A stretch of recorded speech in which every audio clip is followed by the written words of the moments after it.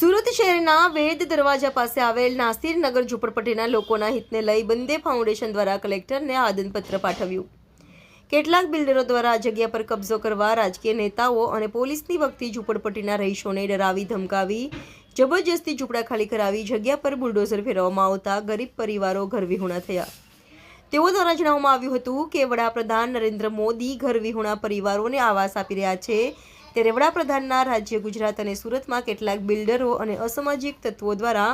જગ્યા પચાવી પાડવા ડરાવી ધમકાવીને ગરીબોના ઝૂંપડા હડપ કરવામાં આવી રહ્યા છે, જેને લઈ અમો ન્યાયની માંગણી સાથે કલેક્ટરને આવેદનપત્ર પાઠવ્યું છે। અમોને યોગ્ય ન્યાય આપવામાં નહીં આવે તો અમો સમગ્ર મામલે ગુજરાત હાઈકોર્ટ સુધી જઈશું અને આવા બિલ્ડરો વિરુદ્ધ ન્યાયની લડત લડીશું। હું એડવોકેટ નોટરી કયુમ કામિલ મણિયાર લિંબાયતથી આજે અમે સુરત શહેરના કતારગામ વિસ્તાર ખાતે આવેલ વોર્ડ નંબર 7ના નોન નંબર 1268B છેલ્લા 40-45 વર્ષથી નાસિરનગરના નામે નાસિરનગરના નામે રહેતા લોકો જે તમે અમારી પાછળ જોઈ શકો છો તે બધા અહીંયા હાજર છે, જે લોકોને હાલ તેઓના મકાન તોડી પાડવામાં આવેલ છે તથા બુલડોઝર ફરાવી દેવામાં આવેલ છે અને તેની જગ્યા પર તે લોકોને કોઈ વૈકલ્પિક વ્યવસ્થા પૂરી પાડવામાં આવેલ નથી તથા તે લોકોને કોઈપણ પ્રકારની નોટિસ આપવામાં આવેલ નથી તથા જે ત્યાંના સ્થાનિક ગુંડાઓ છે, અસામાજિક તત્વો છે, તે લોકોએ દાદાગીરી કરીને બળજબરીપૂર્વક તેઓ લોકોના મકાનો ખાલી કરાવી તોડાવીને તે લોકોને ઘર વિહોણા કરી નાખેલા છે। તેથી આજે અમે સુરત કલેક્ટર સાહેબશ્રીને રજૂઆત કરવા માટે આવેલા છીએ કે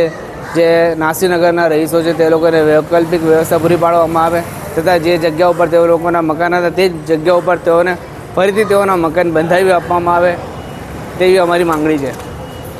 मोहसिन शेख है, मैं बंदे फाउंडेशन चैरिटेबल ट्रस्ट का प्रेसिडेंट हूँ। आज हम लोग कलेक्टर ऑफिस में हमारी मांग लेके आए कि नासिरनगर नाम की एक झुपड़पट्टी थी जो कतारगाम में पालिया ग्राउंड के नाम से फेमस है। आप सभी को पता होगा कि आज से 1-1.5 साल पहले वो बस्ती को बलजबरी से कुछ असामाजिक गुंडों का सहारा लेकर और कुछ प्राइवेट बिल्डर है और कुछ गुंडे लोग हैं और उसमें कुछ पुलिस के अधिकारी लोग भी थे, जिसमें किसी भी तरीके की कानूनन नोटिस दिए बिना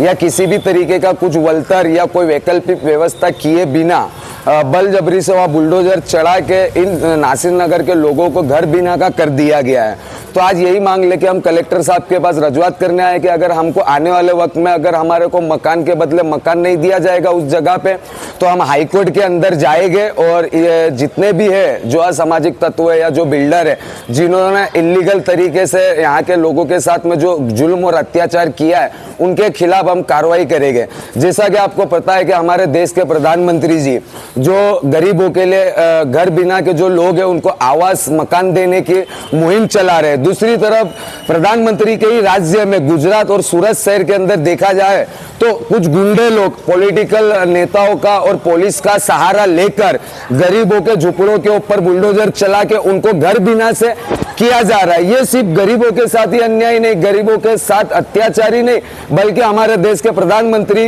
नरेंद्र भाई मोदी के सपनों का भी इन लोग क्या कहते हैं उसका धजिया उड़ा रहे हैं। तो ऐसे असामाजिक तत्वों और गुंडों के ऊपर कानूनी कार्रवाई की जाए और नासिरनगर के लोगों को उसी जगह के ऊपर जो उनका मकान बना के उनको दिया जाए और अगर आने वाले वक्त में नहीं देंगे तो हम हाई कोर्ट या सुप्रीम कोर्ट का दरवाजा खटखटाएंगे।